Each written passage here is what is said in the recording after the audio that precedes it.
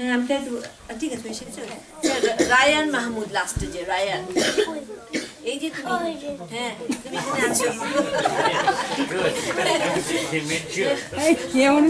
এখানে আছো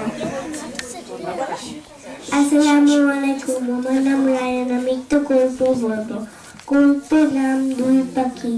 একটা ছিল বাবুই পাখি আর একটা ছিল টিয়া পাখি বাবুই পাখি সব সময় কাজ করে আর টিয়া পাখি ছিল খুব আসে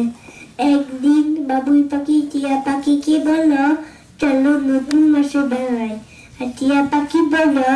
আমার পুরনো বাসে ভালো বাবুই পাখি খড় খুঁটো দিয়ে নতুন বাসে বেড়ালো আর টিয়া পাখি শুয়ে বসে দিন কাটালো একদিন রাতে খুব বৃষ্টি হলো টিয়া পাখি বাংলা ভাষা সে ভিজে গেল আর বাবুই পাখি ছিল নতুন ভাষায় সে একটু ভিজে গেল পরের দিন টিয়া পাখি বলল আর আলসেমি করবো না আজই নতুন ভাষায় বেড়াবো